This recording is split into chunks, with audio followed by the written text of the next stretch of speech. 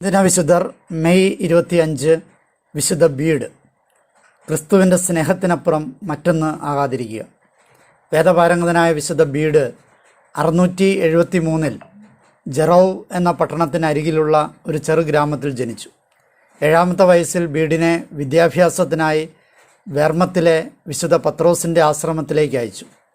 കുറച്ച് നാളുകൾക്ക് ശേഷം ബീഡ് വിശുദ്ധ പൗലോസിൻ്റെ ആശ്രമത്തിലേക്ക് അയക്കപ്പെട്ടു. തൻ്റെ ജീവിതകാലം മുഴുവൻ ബീഡ് അവിടെയാണ് ചെലവഴിച്ചത്.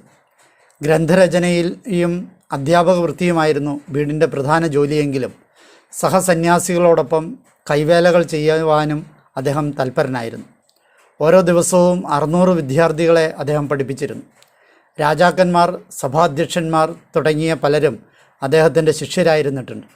അദ്ദേഹം നൽകിയിരുന്ന ഉപദേശങ്ങളും നിർദ്ദേശങ്ങളും വിവേകപൂർണവും പരിപക്വവുമായിരുന്നു. അദ്ദേഹത്തിൻ്റെ വിശുദ്ധ ജീവിതത്തിൽ സന്തുഷ്ടരായ അധികാരികൾ ബീഡിനെ ആശ്രമാധിപ സ്ഥാനത്തേക്ക് ഉയർത്തുന്നതിന് തീരുമാനിച്ചുവെങ്കിലും ആ സ്ഥാനം സ്വീകരിക്കുവാൻ അദ്ദേഹം തയ്യാറായില്ല. AD 702 29ാമത്തെ വയസ്സിൽ ബീഡ് വൈദികനായി അഭിഷിക്തനായി. AD 737 അഖിലലോക പ്രശസ്തമായ അദ്ദേഹത്തിൻ്റെ ആംഗ്ലേയ സഭാചരിത്രം എന്ന ഗ്രന്ഥം പ്രസിദ്ധപ്പെടുത്തിയത്. ദീർഘകാലം സാഹിത്യ പരിശ്രമങ്ങളിൽ വ്യാപൃതനായിരുന്ന ബീഡ് ഒരു സഹായിയെപ്പോലും നിയമിച്ചിരുന്നില്ല. ഞാൻ തന്നെ എൻ്റെ സെക്രട്ടറി, ഞാൻ തന്നെ പറയുന്നു, ഞാൻ തന്നെ എഴുതുന്നു, ഞാൻ തന്നെ പകർത്തുന്നു. ഇതായിരുന്നു അദ്ദേഹത്തിൻ്റെ രീതി. തത്വശാസ്ത്രം, ദൈവശാസ്ത്രം, ഗണിതം, ഊർജ്ജശാസ്ത്രം, സംഗീതം മുതലായ വിഷയങ്ങളെക്കുറിച്ച് അദ്ദേഹം ഗ്രന്ഥങ്ങൾ രചിച്ചിട്ടുണ്ട്.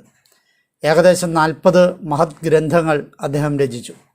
ഒരു ക്രൈസ്തവ ഗ്രന്ഥകാരനിൽ ഉണ്ടാകേണ്ട സകല ഗുണങ്ങളും നമുക്ക് അദ്ദേഹത്തിൽ ദർശിക്കാൻ സാധിക്കും. മരിക്കുന്നതിന് ഒരു ദിവസം മുമ്പാണ് വിശുദ്ധ യോഹന്നാൻ്റെ ഇംഗ്ലീഷ് പരിഭാഷ അദ്ദേഹം പൂർത്തിയാക്കിയത്. AD 735 പിതാവിനും പുത്രനും പരിശുദ്ധാത്മാവിനും സ്തുതിയായിരിക്കട്ടെ എന്ന ഗീതം ആലപിച്ചുകൊണ്ടാണ് അദ്ദേഹം സ്വർഗത്തിലേക്ക് യാത്രയായത്.